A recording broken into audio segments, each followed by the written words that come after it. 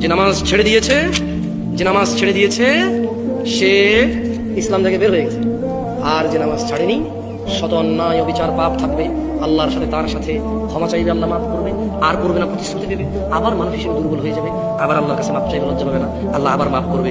এরপর এক পর্যায়ে আল্লাহ ঘোষণা দিছে, ইল্লা মান তাব, অথবা যে ব্যক্তি তার সমস্ত গুনাহ থেকে ফিরে আসে, ওয়া আমানা, আল্লাহর প্রতি ঈমান আনে, ওয়া আমিলা আমালান সালিহা, তার গুনাহ যত কিছুই হোক সে যদি ফিরে আসে, ঈমান আনে, মাপ চায়, ভালো কাজ করে, ফাউলাইকা ইউবাদদিলুল্লাহ সাইয়্যাতিহিম হাসানাত। এই যে লোকটা বললো জেনা করবে না, আবার করছে, চেষ্টা করছে না করা হয়ে গেছে, নেশা করবে না, আবার করছে, সর্বোচ্চ চেষ্টা করেছে না করার, প্রথম হয়ে গেছে। এই যে লোকটা নামাজ মিস করে ফেলেছে, চেষ্টা করেছে সর্বোচ্চ পড়ার, হঠাৎ দেখে গেলে মিস হয়ে গেছে। তো আল্লাহ কোরআনুল কারীমে সূরা ফুরকানে বলছে যে লোকটা ইল্লা মান তাব, হাজার সহস্র কোটি অপরাধ থেকে মাপ চেয়ে ফিরে আসলো, ওয়া আমানা, এরপর ঈমান নিয়েছে, ওয়া আমিলা আমালান সালিহা, মাপ চাইছে, ঈমান আনছে, কিছু ভালো কাজ করা শুরু করে দিয়েছে।